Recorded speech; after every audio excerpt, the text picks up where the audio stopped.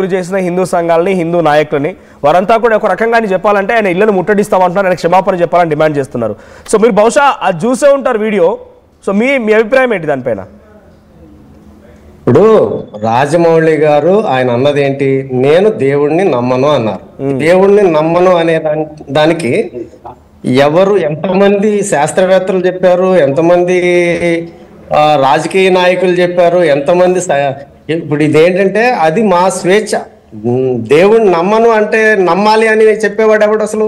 అసలు ఈ దేశంలో మొట్టమొదట, ఈ భారతదేశంలో మొట్టమొదట ఉన్నదే బౌద్ధం. బౌద్ధం చెప్పే దాంట్లో దేవుడు విగ్రహారాధన వాటి గురించి చెప్పరు.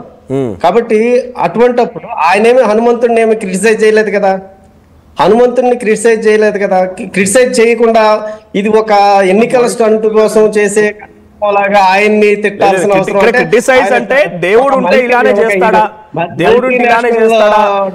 డైరెక్టర్ గా గుర్తింపు పొందిన వాడిని ఏదో ఒక మాట అనేస్తే మనం పాపులర్ అయిపోతామని రావటమే కానీ ఆయన చాలా క్లియర్ గా క్లారిటీతో ఆయన అన్నాడు, ఎవరిని కించపరచలేదు. నేను నమ్మనన్నాను, మేము నమ్మని వాళ్ళమే దేశంలో హిందూ మతం కంటే ఎక్కువ మంది ఉన్నాం ఈ ప్రపంచంలో ఎక్కువ జనాభా ఉన్నది థర్డ్ ప్లేస్ లో ఉన్నది. కించపరిచాడు అనే రకంగా పబ్లిక్ ఎందుకు భావించాల్సి వస్తున్నారంటే, నాకు దేవుడిపై నమ్మకం లేదు అది మీకున్న స్వేచ్ఛ. నమ్మకం లేదు అనేటువంటిది మీకున్న స్వేచ్ఛ, మీరే చెప్తున్నారు. బట్ నమ్మకం లేనటువంటి దానిపైన మళ్ళీ మీరు ఆరోపణలు చేయడం ఏంటనేది ఇక్కడ వినిపిస్తున్న మాట. నమ్మకం లేదని అక్కడితో అయిపోతుండే, కానీ మా నాన్న చెప్పినట్టు నా వెనుక ఉంటే ఇలానే చేస్తాడా, ఇలానే ఉంటుంది, నాకు కోపం వస్తున్న రకంగా ఇలా దేవుడు ఉంటే ఇలానే చేస్తాడా? ప్రశ్నించడం తప్పు ఎందుకు అవుతుందండి?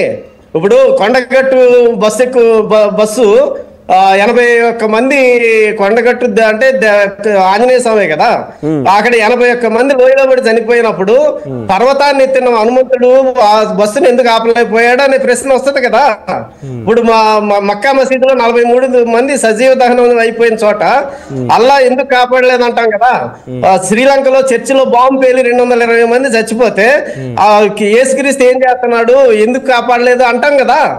ఆవేదనలో దేవుడు నమ్మేవాడు కూడా అంటాడు. కాబట్టి ఆ మాటకి అలాంటిది ఏముండదు. మనం కష్టపడితేనే ఏదైనా ఉంటది. ఈ దేవుడు అనే దాని గురించి చాలా చాలా మంది మాట్లాడారు. దీనికి హిస్టరీ హిందూ పురాణాల కంటే ముందు నుంచే ఉంది. రియాక్ట్ అవుతారేమో దీని మీద? ఆ రోజు కొండగట్టు బస్ యాక్సిడెంట్ చెప్పేది వినండి. వీటన్నిటిపైన ఒక్క నిమిషం.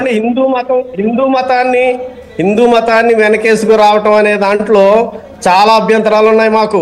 మరి మమ్మల్ని మాదిగా, మంగళి, చాకలి, కుమ్మరి మీ ఇష్టం వచ్చిన పేర్లు పెట్టి మమ్మల్ని విడగొట్టి చాలా అంటరాని వాళ్ళుగా మమ్మల్ని క్రియేట్ చేసి మమ్మల్ని చాలా అసహ్యంగా చూసిన మతంలో ఎలా ఉండాలి అంటే ఈ రోజుకి కూడా అదే వాదన తీసుకొచ్చి ఇప్పటికీ కూడా చాలా మంది స్వామీజీలు, చిన్నజీవి స్వామి కూడా కులాలు ఉండాలి అంటున్నాడు. ఒక్క నిమిషం మన టాపిక్ డైవర్ట్ అవుతున్నాం.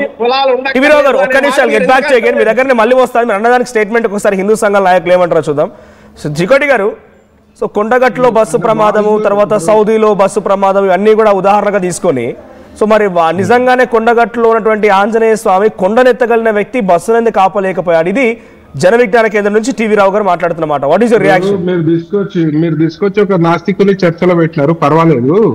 ఇప్పుడు నేను ఒకటే అంట, ఏది హిందూ మతం ప్రకారం ఏదైనా కూడా పోయిన జన్మల పాప పుణ్యాల ఫలితం ఈ జన్మలో ఉండాలి.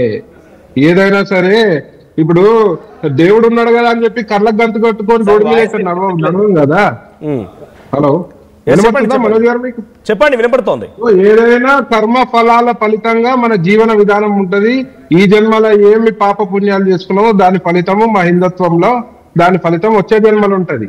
ఇప్పుడు ఎవరు అడిగినారు, మరి ఇదే సేమ్ ప్రశ్న అడిగినారు నన్ను. ఒక క్రిస్టియన్, ఒక పాస్టర్ అడిగినాడు నన్ను. ఏమని అడిగినాడంటే, అయ్యప్ప స్వామి కొండకి భక్తులు, అయ్యప్ప మాల దారం వేసుకున్న భక్తులు వినిపించట్లేదు. మనోజ్ గారు వినపడుతుందా మీకు? వినిపిస్తోంది, పర్ఫెక్ట్. మీరు చెప్పండి, మీరు కంటిన్యూ చేయండి. ఇప్పుడు అయ్యప్ప స్వామి కొండకి ఒక భక్తుల బృందం వెళ్తుంటే రోడ్డుపై వాళ్ళు అయ్యప్ప స్వామి మాలదారులు వెళ్తుంటే రోడ్డుపై యాక్సిడెంట్ అయి చనిపోయినాడు. మరి మీ అయ్యప్ప స్వామి ఏం చేయలేదు అని నన్ను ఒక క్రిస్టియన్ పాస్టర్ అడిగినాడు. నేను చెప్పిన, మీ ఏసయ్యకే సిలువేస్తే మీరేం చేయలేదు స్వామి, మా అయ్యప్ప సంగతి తర్వాత చూద్దాము. ఇవన్నీ ఇవన్నీ పనికిరాని మాటలతోటి డిబేట్ కి రావద్దు. ఏవైనా సరే ఒక్కటే చెప్తా నేను, ఎవరి మనోభావాలను కించపరిచే హక్కు ఎవరికి లేదు. ఇవాళ హిందువుల మనోభావాలని ఎవరు కించపరిచినా ఊరుకునే ప్రసక్తి ఉండదు.